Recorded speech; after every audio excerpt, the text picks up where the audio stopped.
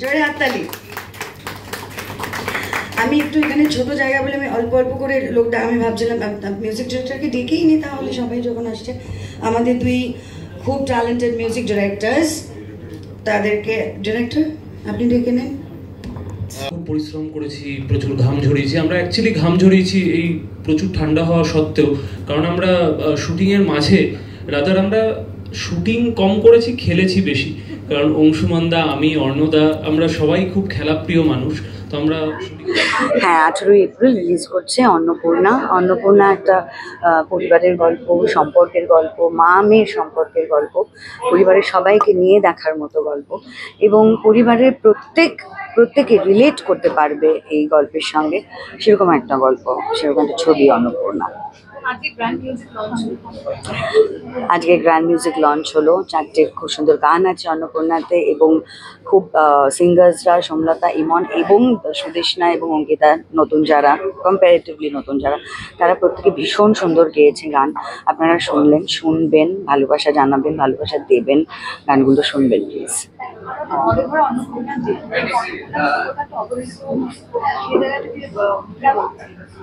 আসলে যে জিনিসটা আমরা খুব সহজে পেয়ে যাই, সেই জিনিসটার কদর আমরা খুব একটা করি না।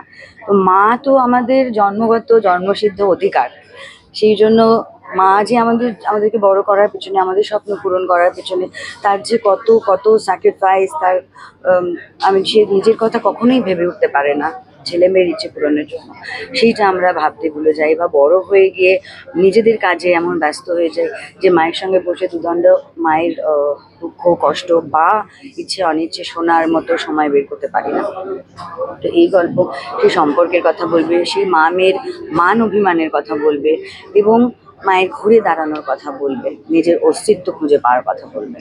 এই ছবিতে ঋতিপ্রিয়াদিকে তোমার মেয়ে, আমাদের খুব বন্ধুত্বের সম্পর্ক, আমার থেকে খুব ছোট, কিন্তু ও আমাকে বকতো শুটিংয়ে মাঝে মাঝে, ধর আমি খাচ্ছি না, সর দিয়ে যাচ্ছি, কি কখন খাবে, তো আমাকে শাসনও করেছে। এবং আমার মনে হয় আমাদের শুটিংয়ে আমরা প্রথম কাজ করলাম, কিন্তু ফার্স্ট শট থেকেই মনে হয়নি যে আমরা একে অপরের সঙ্গে প্রথম কাজ করছি। তো এতটাই একটা সুন্দর বন্ডিং, একটা সুন্দর কেমিস্ট্রি তৈরি হয়েছে।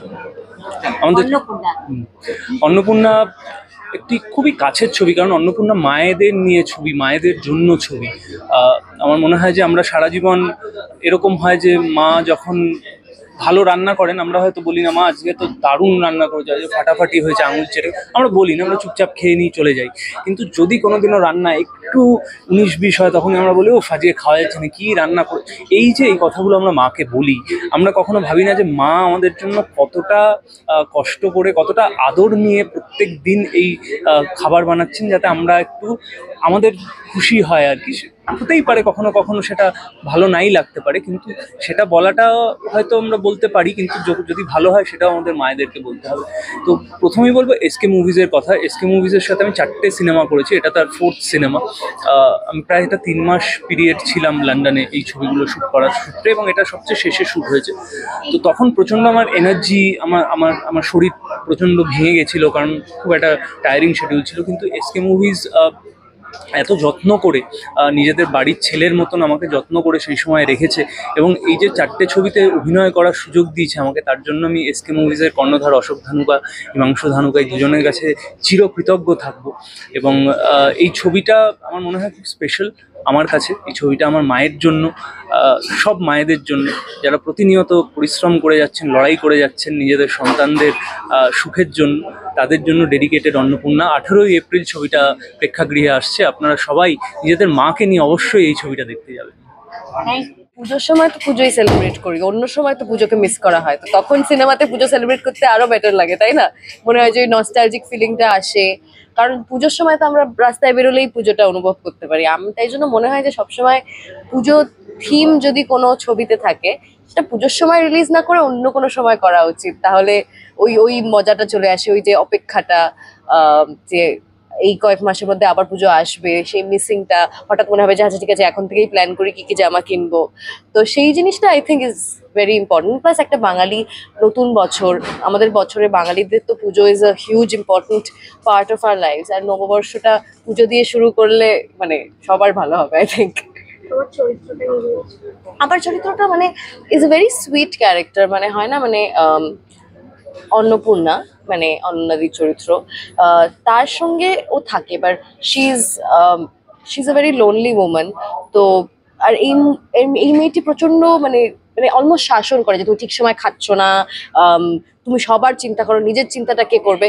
তো অন্নপূর্ণা সবার খেয়াল রাখে, কিন্তু আমার চরিত্র মুন্নি অন্নপূর্ণার খেয়াল রাখে, এটাই হচ্ছে আমার চরিত্র। শান্তিলালদাকে আগের বারে জিজ্ঞাসা করেছিলাম যে উনি বলছিলেন যে খুবই হই হুল্লোড় ভাবে হ্যাঁ। হচ্ছে, মানে জল দাও এই দাও, মানে একবার মনে হয়নি যে শুটিং করছে। তো তোমার এক্সপিরিয়েন্সটা কিরকম, একদিকে অনন্যাদি একদিকে শান্তিলাল দা? হ্যাঁ, মানে আমি ওদের সাথেই মানে আমার জন্য খুবই মানে আমি শান্তি কাকুর সাথে রোজ হ্যাং আউট করতাম শুটিং এর পর। আমরা অর্ণদা ঋষভ আমরা সবাই একসঙ্গে আমাদের হোটেল রুমে বসে আমরা মানে প্রচন্ড ঠান্ডা বাইরে, তাই জন্য হোটেল রুমে বসে আমরা আড্ডা মারতাম, জ্যামিং সেশনস হতো, গান গাওয়া হতো। অনন্যাদি খুব সুন্দর গান, মানে পুরো একটা আমেজ হতো। দিতিপ্রিয়ার মাও ছিলেন, সবাই আমরা একসঙ্গে বসে আড্ডা মারতাম। So it was quite the team.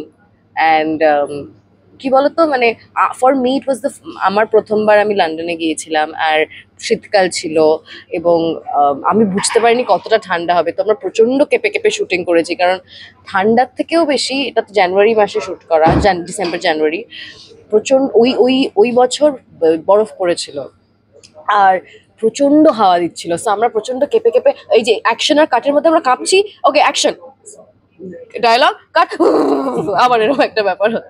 তো সেই ব্যাপারগুলো খুব মজার ছলে আমরা সবাই ডিল করেছি। আমরা ছোট ছোট ক্যাফেজ থাকতো, আমরা খুব সুন্দর সুন্দর লোকেশনে শুট করেছি। আমরা ইনফ্যাক্ট লন্ডন মেট্রো, মানে আমাদের যে আন্ডারগ্রাউন্ড, সেখানে খুব ক্যাজুয়ালি আমরা অভিনয় করতে করতে, মানে শুটিং যে হচ্ছে অন্যরা কেউ বুঝতে পারছে না, আমরা লোকজনের সাথে ইন্টারাক্ট করে গান বাজনা করে শুটিং করেছি। তো আমরা খুব খুব মানে অথেন্টিক্যালি শুটটা করেছি। অন্নপূর্ণা আমাদের সিনেমা 18ই এপ্রিল রিলিজ হচ্ছে। খুবই মিষ্টি একটা মানে সম্পর্কের গল্প, মায়েদের গল্প, মা বাবাদের গল্প, সন্তানেদের সাথে তাদের সম্পর্কের গল্প, জীবনের গল্প। সো রিকোয়েস্ট করবো সবাই সিনেমা হলে আসুন। 18ই এপ্রিলে সিনেমাটা রিলিজ হচ্ছে, আর সিনেমাটা দেখুন। অ্যান্ড আশা করি গোটা ফ্যামিলির সাথে খুব ভালো লাগবে, আর নিজের নিজের জীবনের অংশগুলো এই সিনেমার মাধ্যমে আপনারা খুঁজে পাবেন। বাকিদের সাথে কাজ করার অভিজ্ঞতা কি? মানে বাকিদের সাথে মানে এটা কমপ্লিট গুড লাক। আমি যেটা সব জায়গায় বলছি, দ্যাট প্রত্যেকটা চরিত্রের জন্য যেই অভিনেতা বা অভিনেত্রীদের পেয়েছি আমরা, তাদেরকে মানে যাদেরকে ফার্স্ট চয়েস হিসেবে আমরা অ্যাপ্রোচ করেছি, তারা এতটাই ভালোবাসার সাথে, অনেস্টির সাথে সেই প্রজেক্টে জড়িয়ে এসে মানে যোগ দিয়েছেন, that it was a pleasure. এর থেকে ভালো কাজ আমার মনে হয় না এই সিনেমার জন্য হতে পারতো, and I am really grateful for that.